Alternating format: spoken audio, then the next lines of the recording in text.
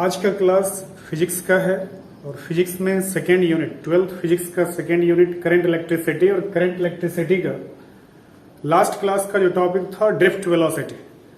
Last class में आपने पढ़ा था ड्रिफ्ट वेलोसिटी और ड्रिफ्ट वेलोसिटी को डिनोट करते थे VD से, और आपने ड्रिफ्ट वेलोसिटी के लिए जो फॉर्मूला पढ़ा था वो VD के लिए फॉर्मूला था E टाउ m, जिसमें E इलेक्ट्रॉन का चार्ज है, ये कैपिटल इलेक्ट्रिक फील्ड है और ये टाउ समय अंतराल था जिसमें इलेक्ट्रॉन मूव करता था, और ये मास इलेक्ट्रॉन का मास है।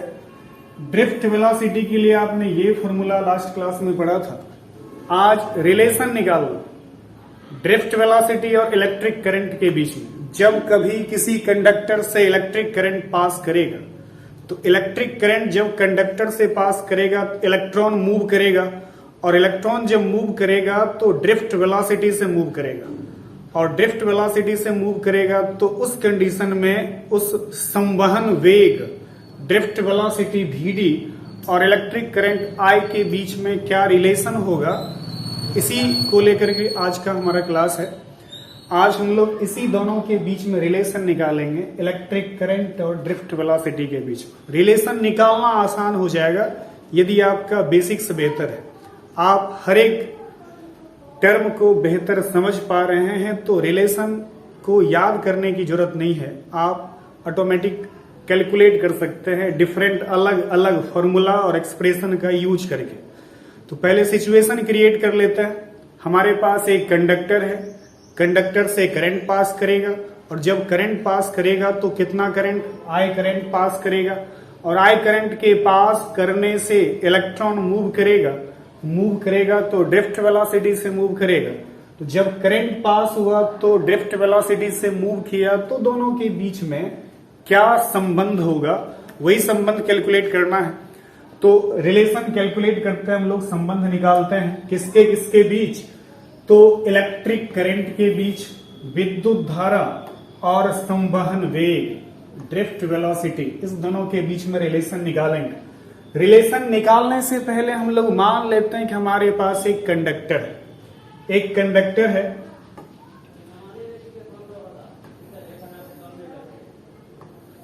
ये एक कंडक्टर है। इस कंडक्टर का लेंथ भी कुछ मान लेंगे, यह एक चालक है। इस चालक की कुल लंबाई, इस कंडक्टर का जो टोटल लेंथ है वो लेंथ मान लेते हैं, टोटल लेंथ L। कंडक्टर की कुल लंबाई L है और कंडक्टर का uniform area of cross section, अनुप्रस्थ काट का क्षेत्रफल A मान लेते हैं। तो हमारे पास एक चालक है, चालक के अनुप्रस्थ काट का क्षेत्रफल A है और इस चालक की कुल लंबाई क्या है L। तो सबसे पहले यही लिख लेते हैं, कंसीडर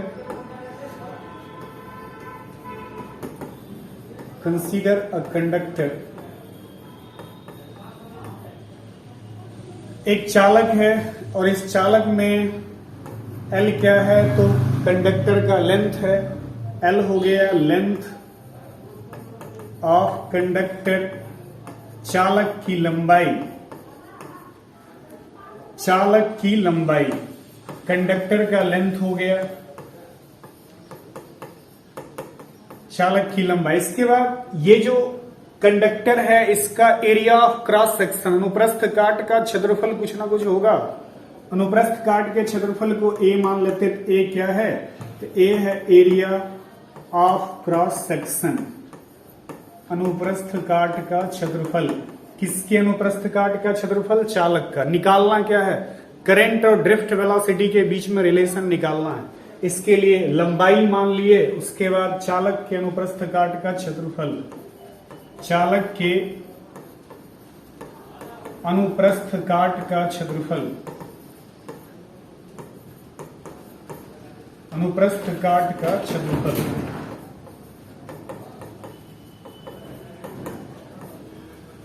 अब इसके बाद हम लोग ये देख लेते हैं कि चालक का आयतन कितना होगा, वॉल्यूम कितना होगा। कंडक्टर का लेंथ L है, कंडक्टर का area of cross section A है, तो इस कंडक्टर का वॉल्यूम कितना होगा, तो वॉल्यूम लिख लेते हैं। इसलिए volume of conductor, volume of conductor, चालक का आयतन, चालक का आयतन वॉल्यूम। तो वॉल्यूम में लिखते हैं लंबाई गुना चौड़ाई गुना ऊंचाई, length into width into height. तो लंबाई गुना चौड़ाई तो एरिया में आ जाएगा, और एक प्रकार का लेंथ ये है, लंबाई गुना चौड़ाई गुना ऊंचाई। इस ए और एल को मल्टीप्लाई करेंगे तो लंबाई गुना चौड़ाई क्षेत्रफल में आ जाएगा। उसके बाद फिर से एक प्रकार की लंबाई है, तो वॉल्यूम में क्या होता है, लेंथ विड्थ हाइट, तीनों चीज, ये तीनों चीज मिलकर के बनाएगा कंडक्टर का आयतन। तो कंडक्टर का इतना आयतन हो गया, एल हो गया। अब ये देख लेते हैं कि इस कंडक्टर के इकाई आयतन में, यूनिट वॉल्यूम में इलेक्ट्रॉन कितना है। तो इलेक्ट्रॉन का नंबर मान लेते हैं, लेट एन बराबर, ये इलेक्ट्रॉन का नंबर है, इलेक्ट्रॉन की संख्या है यूनिट वॉल्यूम में। ये हो गया number of electrons in unit volume.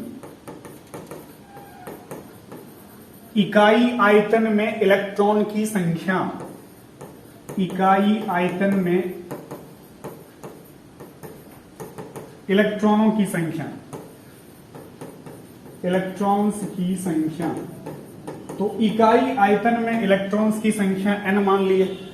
जब इकाई आयतन में n इलेक्ट्रॉन है तो कुल आयतन में कितना इलेक्ट्रॉन होगा। तो पहले देख लीजिए कुल आयतन कितना है कंडक्टर का। तो कंडक्टर का कुल आयतन Al है और इकाई आयतन में इलेक्ट्रॉन की संख्या n है, तो कुल इलेक्ट्रॉन की संख्या कितनी होगी। तो अब Al को n से गुना कर लेंगे तो इलेक्ट्रॉन का कुल संख्या मिल जाएगा। तो अब यहां इलेक्ट्रॉन का टोटल नंबर लिख लेते हैं, total number of electron, total number of electron. इसलिए total number of electron, electron का टोटल नंबर कितना हो जाएगा। तो वॉल्यूम में मल्टीप्लाई कर लीजिए, तो आयतन कितना है Al और इलेक्ट्रॉन की संख्या इकाई आयतन में n, तो कुल इलेक्ट्रॉन, टोटल इलेक्ट्रॉन कितना हो गया Aln। ये तो कुल इलेक्ट्रॉन मिला, हमें टोटल चार्ज चाहिए। इस कंडक्टर में टोटल चार्ज कितना है, तो कुल आवेश निकालना है। तो एक इलेक्ट्रॉन का आवेश E मान लेते हैं। अभी हमारे पास इस कंडक्टर में बहुत सारा इलेक्ट्रॉन है और इस बहुत सारे इलेक्ट्रॉन का टोटल चार्ज निकालना, एक इलेक्ट्रॉन का चार्ज E मान लेते हैं। तो टोटल इलेक्ट्रॉन कितना है Aln और एक इलेक्ट्रॉन का चार्ज E, तो टोटल चार्ज E से मल्टीप्लाई कर देंगे। अब यहां पर टोटल चार्ज लिखते हैं और यहां E, charge on each electron, प्रत्येक इलेक्ट्रॉन पर चार्ज कितना। तो प्रत्येक इलेक्ट्रॉन पर charge, charge on each electron, प्रत्येक इलेक्ट्रॉन पर चार्ज E है, तो कुल चार्ज कितना होगा। इसलिए total charge, total charge on the conductor, चालक पर कुल आवेश कितना होगा। तो कंडक्टर पर कुल आवेश, चालक पर कुल आवेश को Q मान लिए। यहां पर इलेक्ट्रॉन की संख्या Aln है, Aln इलेक्ट्रॉन का संख्या Aln, एक इलेक्ट्रॉन पर चार्ज कितना E, तो कुल चार्ज कितना E से मल्टीप्लाई कर लिए। तो इस कंडक्टर पर टोटल चार्ज कितना होगा। तो इस कंडक्टर का कुल आवेश हो गया Alne, कंडक्टर का कुल चार्ज Alne। आपको निकालना है रिलेशन I और Vd के बीच में। तो I अगर निकालना चाहते हैं करंट, तो आपने फॉर्मूला पढ़ा करंट के लिए I बराबर Q बट्टा T, ये फॉर्मूला पढ़ा I बराबर Q बट्टा T। तो हमें तो रिलेशन चाहिए है किसके किसके बीच, I और ड्रिफ्ट वेलोसिटी के बीच में। तो I के लिए फॉर्मूला Q बट्टा T है। अगर ये फॉर्मूला यूज करना चाहते हैं तो इसमें से Q मिल चुका है, Q मिल चुका है, अब क्या चाहिए, T निकाल लेते हैं। Q निकाल चुके हैं, इसके बाद टाइम निकाल लेते हैं और जैसे ही टाइम मिलेगा तो ये फॉर्मूला लगा करके रिलेशन हम लोग कैलकुलेट कर लेंगे। तो अब Q के बाद निकालना है टाइम। तो टाइम से पहले हम लोग क्या करते हैं कि इस कंडक्टर में एक बैटरी लगाते हैं, V वोल्ट का बैटरी लगाते हैं, जिससे कि इलेक्ट्रिक फील्ड प्रोड्यूस हो जाएगा। तो इस कंडक्टर में V वोल्ट का बैटरी लगाते हो, इस कंडक्टर में V वोल्ट का बैटरी लगाइए।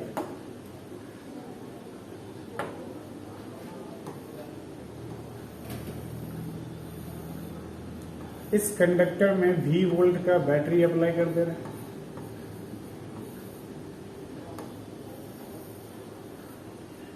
जैसे V वोल्ट का पोटेंशियल डिफरेंस यहां V अप्लाई कर दिए, विभवांतर V आरोपित किए, और जैसे ही V विभवांतर आरोपित होगा तो V विभवांतर के आरोपित होने से इस कंडक्टर में कौन सी पास करना शुरू करेगा? तो इलेक्ट्रिक करंट पास करना शुरू करेगा। और आपने पढ़ा था इलेक्ट्रिक करंट का डायरेक्शन प्लस से माइनस की ओर होता है। तो इलेक्ट्रिक करंट इधर से इधर पास करेगा, इलेक्ट्रिक फील्ड का भी डायरेक्शन क्या हो जाएगा? प्लस से माइनस की ओर। ये पॉजिटिव टर्मिनल, ये निगेटिव टर्मिनल। तो इलेक्ट्रिक फील्ड का डायरेक्शन, विद्युत क्षेत्र की दिशा भी प्लस से माइनस हो गई, तो विद्युत क्षेत्र की ये दिशा है, इधर विद्युत क्षेत्र काम करेगा। करंट इधर से इधर पास कर रहा है। तो अब जो इस कंडक्टर में बहुत सारा इलेक्ट्रॉन है, इलेक्ट्रॉन पर चार्ज कैसा है? माइनस चार्ज है। अब माइनस चार्ज वाला इलेक्ट्रॉन किधर मूव करेगा? तो विद्युत क्षेत्र के विपरीत दिशा में, इलेक्ट्रिक फील्ड के अपोजिट मूव करेगा। इलेक्ट्रॉन पर चार्ज माइनस है तो वो किसके तरफ मूव करेगा? तो प्लस वाले के तरफ मूव करेगा। तो ये इलेक्ट्रॉन इधर मूव करेगा, इलेक्ट्रॉन, तो इलेक्ट्रॉन इधर मूव करेगा। इलेक्ट्रॉन जो मूव करेगा तो उस इलेक्ट्रॉन का ड्रिफ्ट वेलोसिटी क्या होगा? इलेक्ट्रॉन जिस वेलोसिटी से मूव करेगा उसी वेलोसिटी को हम लोग कहते हैं ड्रिफ्ट वेलोसिटी। एक बार फिर से डायग्राम देख लीजिए। कंडक्टर था, कंडक्टर का लेंथ L था, इसका एरिया ऑफ क्रॉस सेक्शन अनुप्रस्थ काट का क्षेत्रफल A हो गया। कंडक्टर के एंड से विद्युत क्षेत्र आरोपित कर दिए, बैटरी पोटेंशियल डिफरेंस V आरोपित किया गया। जब भी पोटेंशियल डिफरेंस अप्लाई किया गया उस कंडीशन में इलेक्ट्रॉन गति करना शुरू किया विपरीत दिशा में, विद्युत क्षेत्र के विपरीत दिशा में। तो ये माइनस से किधर चलेगा?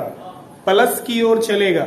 अब इलेक्ट्रॉन जो चलेगा उसका ड्रिफ्ट वेलोसिटी, कुछ ना कुछ तो उसका स्पीड होगा जिससे वो गति करेगा। इलेक्ट्रॉन की उस स्पीड को, ड्रिफ्ट स्पीड, ड्रिफ्ट वेलोसिटी को क्या मान लिए? VD मान लिया। अब हमें निकालना है कौन चीज? टाइम कैलकुलेट करना, टाइम। तो इसी डायग्राम से अब टाइम कैलकुलेट कर लेंगे, उसके बाद रिलेशन आसानी से आ जाएगा। तो टाइम निकालना है तो आप लिख सकते हैं time to cross the conductor. मतलब मान लेते हैं कि इलेक्ट्रॉन यहां पर है, कंडक्टर के इस छोर पर है। इलेक्ट्रॉन को कंडक्टर के इस छोर से इस छोर तक जाने में कितना टाइम लगा? समय निकालना, time to cross the conductor. तो यहां पर टाइम निकालना है। नाउ टाइम T निकालना है। तो इलेक्ट्रॉन जितने समय में इस कंडक्टर को पास करेगा वो समय निकालना है। तो आपने टाइम के लिए, समय के लिए क्या फॉर्मूला पढ़ा? दूरी बट्टा चाल। समय के लिए फॉर्मूला होता है दूरी बट्टा चाल। अब दूरी बट्टा चाल, तो यहां से यहां तक कुल दूरी कितना है? टाइम के लिए आप लिखते हैं डिस्टेंस बाय स्पीड या वेलोसिटी लिख सकते हैं, स्पीड या वेलोसिटी। समय के लिए दूरी बट्टा चाल, और दूरी यहां से यहां तक की दूरी कितनी है? तो दूरी L है। और यहां से यहां तक जिस स्पीड से इलेक्ट्रॉन मूव किया वह स्पीड क्या है? तो वो स्पीड है VD। तो VD स्पीड से मूव किया है तो यहां पर बट्टा में क्या लिखेंगे? बट्टा में हो गया VD। तो टाइम T बराबर हो गया L बट्टा VD। अब करंट के लिए फॉर्मूला जो अप्लाई करेंगे Q बट्टा T, जिसमें से Q मिल चुका है और टाइम मिल चुका है। इसी दोनों इक्वेशन का यूज करेंगे, इक्वेशन फर्स्ट और सेकेंड का यूज करेंगे तो रिलेशन आ जाएगा करंट और ड्रिफ्ट वेलोसिटी के बीच में। तो ये टोटल चार्ज कंडक्टर का ALNE, और कंडक्टर से इलेक्ट्रॉन को इस छोर से इस छोर तक पास करने में टाइम कितना लगा? तो टाइम लगा L बट्टा VD। अब इक्वेशन फर्स्ट और सेकेंड का यूज कर लीजिए, समीकरण फर्स्ट और सेकेंड से।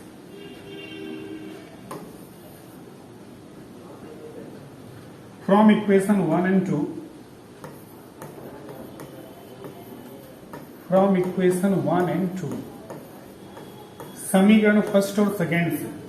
समीकरण फर्स्ट में Q बराबर ALNE है और सेकेंड में देखिए तो T बराबर L बट्टा VD है, या इसको छोड़िए सीधा करंट लिखते हैं, इलेक्ट्रिक करंट। समीकरण फर्स्ट और सेकेंड को यहां से हटाइए, इलेक्ट्रिक करंट लिखेंगे, उससे भी काम चल जाए। इसलिए इलेक्ट्रिक करंट, इलेक्ट्रिक करंट विद्युत धारा, ये हो गया विद्युत धारा, इलेक्ट्रिक करंट। इलेक्ट्रिक करंट को डिनोट किससे करते हैं, तो I से।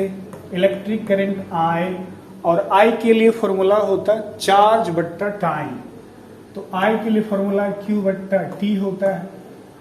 अब ये I रहने दीजिए, Q चार्ज, कितना चार्ज है, ALNE, तो चार्ज हो गया ALNE बट्टा टाइम।